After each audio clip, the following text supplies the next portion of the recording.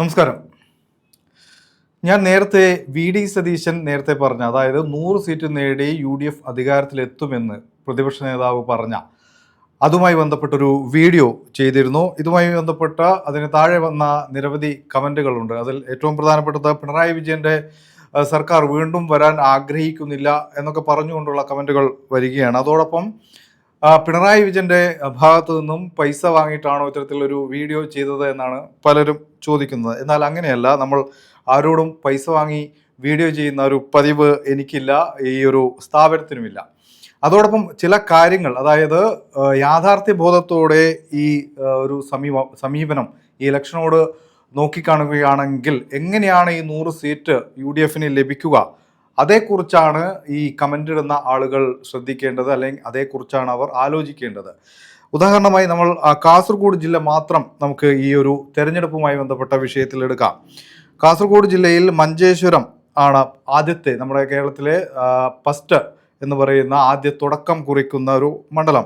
മഞ്ചേശ്വരം മണ്ഡലത്തെക്കുറിച്ച് നമുക്കറിയാം, BJPക്ക് അതിശക്തമായി വേരോട്ടമുള്ളൊരു മണ്ഡലമാണ്. BJP പലപ്പോഴും വിജയിക്കാൻ പറ്റുന്നൊരു മണ്ഡലമായി, അവരുടെ A ക്ലാസ് മണ്ഡലമായി തിരഞ്ഞെടുത്ത മണ്ഡലമാണ് മഞ്ചേശ്വരം. K സുരേന്ദ്രൻ കഴിഞ്ഞ തവണ മത്സരിക്കുകയും കുറഞ്ഞ വോട്ടുകൾക്ക് അവിടെ തോൽക്കുകയും ചെയ്യുകയാണ് ഉണ്ടായത്. കഴിഞ്ഞ തവണത്തെ ഒരു കണക്ക് ഇങ്ങനെയാണ്, അതായത് AKM അഷ്റഫാണ് അവിടുത്തെ നിലവിലെ MLA, മുസ്ലിം ലീഗിൻ്റെ നേതാവാണ്. 65,190 വോട്ടുകളാണ് അദ്ദേഹം നേടിയത്. അതേസമയം K സുരേന്ദ്രൻ 64,000 വോട്ടുകൾ നേടി. അതായത് വലിയ വ്യത്യാസമില്ലാതെ BJPക്ക് ജയിക്കാവുന്ന തരത്തിലേക്ക് അദ്ദേഹത്തിൻ്റെ K സുരേന്ദ്രൻ്റെ ഒരു പ്രവർത്തനം അവിടെ എത്തിയിരുന്നു.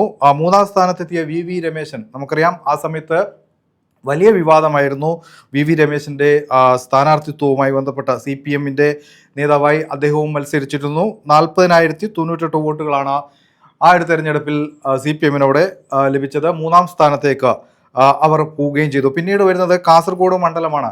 കാസർഗോഡ് മണ്ഡലത്തെക്കുറിച്ച് വ്യക്തമായി അറിയുന്ന ഒരാളാണ് ഞാൻ. കാസർഗോഡ് മണ്ഡലത്തിൽ പെടുന്ന സ്ഥലങ്ങളിലൊക്കെ തന്നെ ജോലി ചെയ്യുകയും അതുമായി ബന്ധപ്പെട്ട രാഷ്ട്രീയമായി നോക്കിക്കാണുകയും ചെയ്ത ആളാണ്. അതുകൊണ്ട് തന്നെ NA നെല്ലിക്കുന്ന് എന്ന് പറയുന്ന മുസ്ലിം ലീഗിൻ്റെ MLA ആണ് ഇപ്പോൾ അവിടുത്തെ MLA.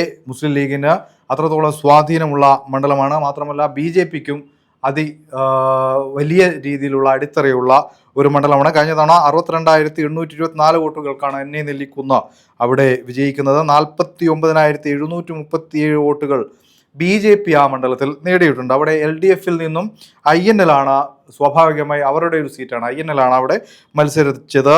MA ലത്തീഫായിരുന്നു മത്സരിച്ചത്. 28,028 വോട്ടുകൾ അതായത് LDF നേടുകയും ചെയ്തു. അതായത് ഈ രണ്ട് മണ്ഡലങ്ങളിലും നോക്കിക്കാണേണ്ടത് BJP ആണ് രണ്ടാം സ്ഥാനത്ത് എത്തിയത്.